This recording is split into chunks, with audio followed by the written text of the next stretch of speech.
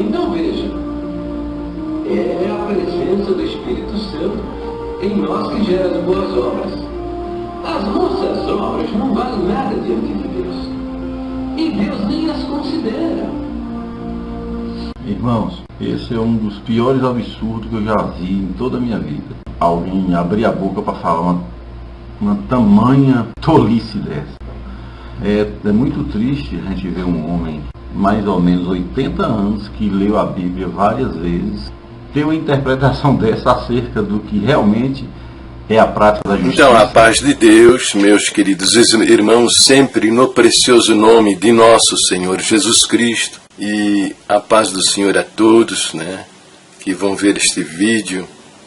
Nós vamos comentar aí o que publicou aí, né, o nosso irmão José de Almeida, uma pessoa que eu trato no máximo, né, no máximo das minhas agressões de irmão Zequinha, né? Uma maneira carinhosa de tratar esse irmão. Por quê? Porque eu o trato assim. E pode ver, eu fiz uma série de 9 vídeos conversando com ele, e eu trato ele de precioso irmão José, né? Precioso irmão José, porque ele tem uma alma, né? Uma alma muito preciosa diante de Deus, né? E por amor das nossas almas, o próprio Deus se fez homem e foi à cruz do Calvário e pagou o preço da nossa salvação. Então eu não posso ter outra expressão de tratamento para esse nosso querido irmão Zequinha. Não era assim que te tratavam, né, irmão José, quando você era menino? O papai, a mamãe, os seus irmãos, seus amigos. Zequinha, vem cá, vamos jogar bola, Zequinha. Entendeu? Não é ofensa, sabe? É uma maneira carinhosa de tratar você, né? Mas eu vejo você falar sobre o Espírito Santo, né? Querer ensinar sobre a salvação, sobre fé. Sabe, meu querido irmão José, o que eu tenho notado nestas pessoas que vivem pregando salvação por meio de boas obras? Eu tenho notado a hipocrisia, sabe? Eles não têm o amor de Deus nos seus corações. Porque o amor de Deus no coração do crente só está presente quando esta pessoa realmente se converte. Ele nasce de novo, ele recebe o Espírito de Deus para habitar nele. Tá? E as manifestações desta pessoa não são como estas que estão passando aí na sua tela. Estas expressões aí que estão passando aí na tela são as expressões com as quais você tem me tratado nos seus comentários no YouTube, dizendo esses absurdos que você está dizendo. Então veja, é a prova de que você realmente não tem o que ensinar, meu querido, nesse campo que é salvação, amor, perdão, fé, obras. A palavra chega a advertir a respeito disso, né? Fala que tem aparência da piedade, mas negam por suas obras porque são homens abomináveis. É o cara que põe a capinha de crente, sabe? Ele pega a capinha de crente assim, ele veste a capinha de crente, tá? E é paz de Deus pra cá, paz de Deus pra lá, irmão, irmã. Mas o coração é perverso. É o que eu tenho notado na vida destas pessoas. Porque você só tem condição de viver uma vida agradável diante de Deus e fazer obras que possam aquecer o coração de Deus, agradar ao próprio Deus, são aquelas geradas por um crente verdadeiramente nascido de Deus. Porque o crente verdadeiro, nascido de Deus, ele tem habitando nele o Espírito Santo. E o Espírito Santo lhe dá poder para viver uma vida cristã agradável diante de Deus. Agora, querer viver a vida cristã e até fazer o que você está querendo fazer, ensinar os outros, mas sem a presença do Espírito Santo, que é uma pessoa, você diz que é o entendimento a respeito das coisas de Deus. Você diz que é o entendimento a respeito, é um absurdo, né?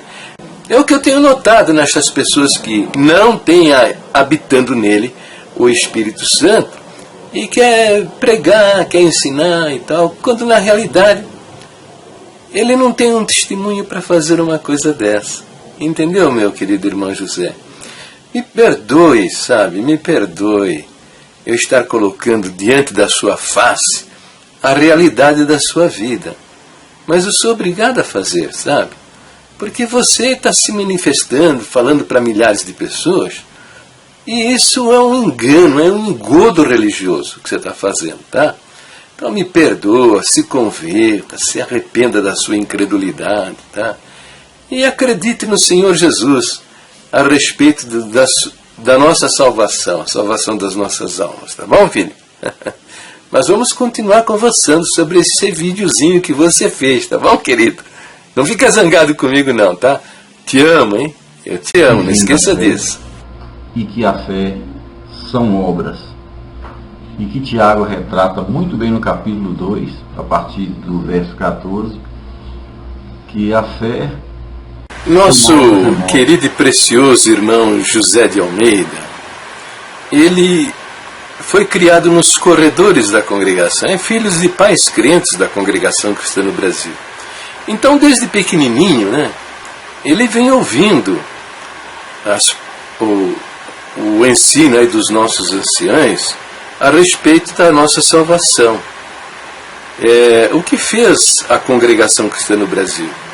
A congregação cristã no Brasil tem como, no 5º ponto de doutrina, que está no final do nosso inário, está vendo aqui, ó, esse aqui acho que todo mundo está conhecendo, né? Aí no tal é o nosso inário. No 5º ponto de doutrina, no final do nosso inário, está vendo aqui o 5º ponto de doutrina? Aqui, ó. Nós cremos que a regeneração ou o novo nascimento só se recebe pela fé em Jesus Cristo. E usa um verso das Escrituras que diz assim, que Jesus Cristo foi feito por nós sabedoria, justiça,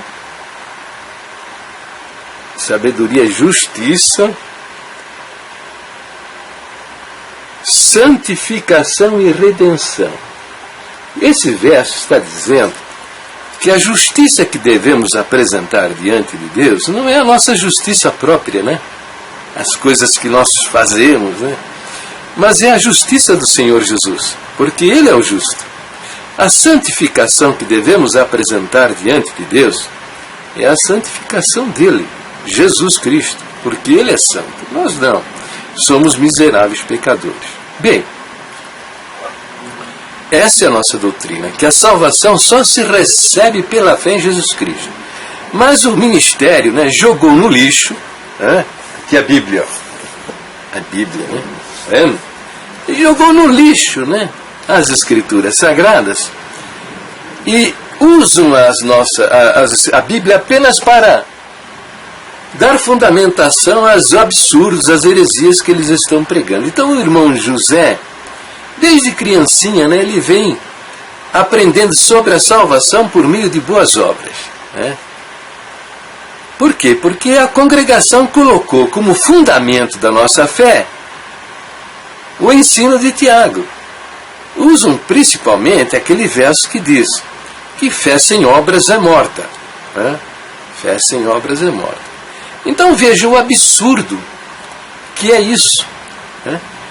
A congregação arrota. Sabe quando você come uma comida tal, e ela não cai bem no seu estômago, e você fica com o barrigão grande, duro, né?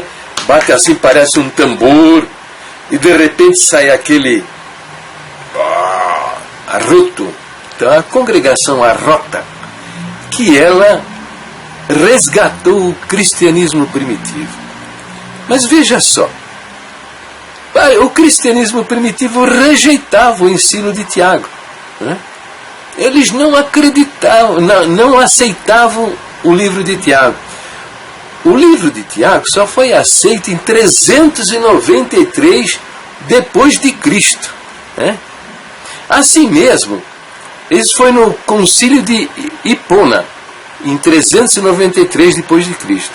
Assim mesmo, muitos lugares, em muitas regiões, não aceitavam o livro de Tiago.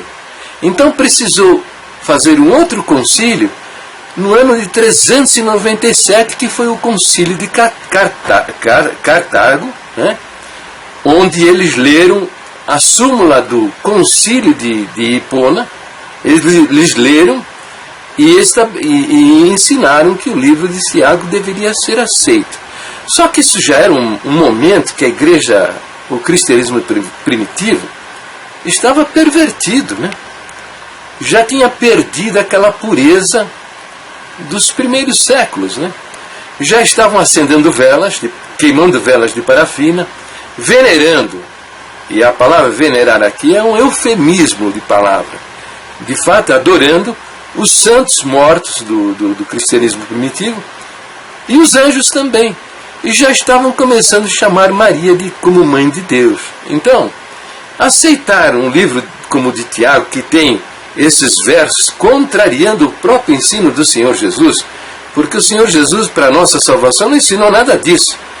Obras, firmeza, fidelidade, essas coisas todas, não ensinou nada disso, né? Usar o ensino de Tiago para contradizer o ensino do próprio Deus, para contradizer o ensino dos apóstolos, tá? Então, é uma perversão. Veja, eu tenho um livro histórico até, né? É a história eclesiástica de Eusébio de Cesareia, tá vendo? Ele foi bispo na cidade de Cesareia. Ele viveu do ano de 263 até o ano 340 depois de Cristo. Então ele viu a perseguição do Império Romano matando os crentes, tá? Ele perdeu familiares, ele perdeu amigos, viu muitos irmãos serem mortos por causa da perseguição do Império Romano contra o cristianismo primitivo. Ele viu tudo isso. Ele viu o Edito de Tolerância em 313 depois de Cristo, do imperador Constantino. Ele viu o concílio, ele participou do concílio de Nicéia, tá? Ele diz aí, eu não tenho certeza disso, que ele batizou o próprio imperador, tá?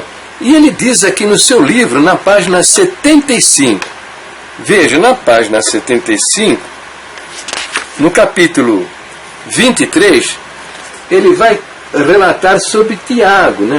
Fala o martírio de Tiago, né? Irmão do Senhor. Então ele vem contando como foi martirizado o Tiago, que era bispo em Jerusalém, o autor, né, dessa carta que está aí na nossa Bíblia. Agora, no final do seu comentário, tá vendo aqui, ó? Aqui, ó, tá vendo? No final do seu comentário, então ele vai dizer o seguinte, ó: são tais os relatos a respeito de Tiago, de quem se diz que teria escrito a primeira das epístolas gerais. Quando ele fala de quem se diz que teria escrito a primeira epístola, ele está dizendo, está relatando uma coisa real, verdadeira, que uma das razões por que a igreja primitiva não aceitava o livro de Tiago, porque ninguém tinha certeza quem era esse Tiago. Como até hoje não temos como provar que esse autor dessa carta aí era realmente o bispo de Jerusalém, irmão de Jesus. Então, Eusébio de Cesareia, tá? Que viu todas essas coisas, escreve de quem se diz, né? Tá? E ele segue dizendo: mas deve-se observar que é considerada espúria. Espúria quer dizer adúltera, tá? Perversa, contrária. Está aí, ó, os sinônimos do dicionário para a palavra espúria. Era assim que o livro de Tiago era considerado no cristianismo primitivo. Depois ele segue dizendo: de fato, não muitos dos antigos a mencionam, nem a chamada Epístola de Judas. Também uma das 7 chamadas Epístolas Universais. Tá? Então esse é o depoimento do historiador do cristianismo primitivo, Eusébio de Cesareia. Tá? É esse livro que a congregação colocou como fundamento para a nossa salvação, usando um verso que contradiz o ensino de Jesus e contradiz o ensino dos apóstolos. E isso é idolatria. Segue os comentários no próximo vídeo. Irmão José, me aguarde.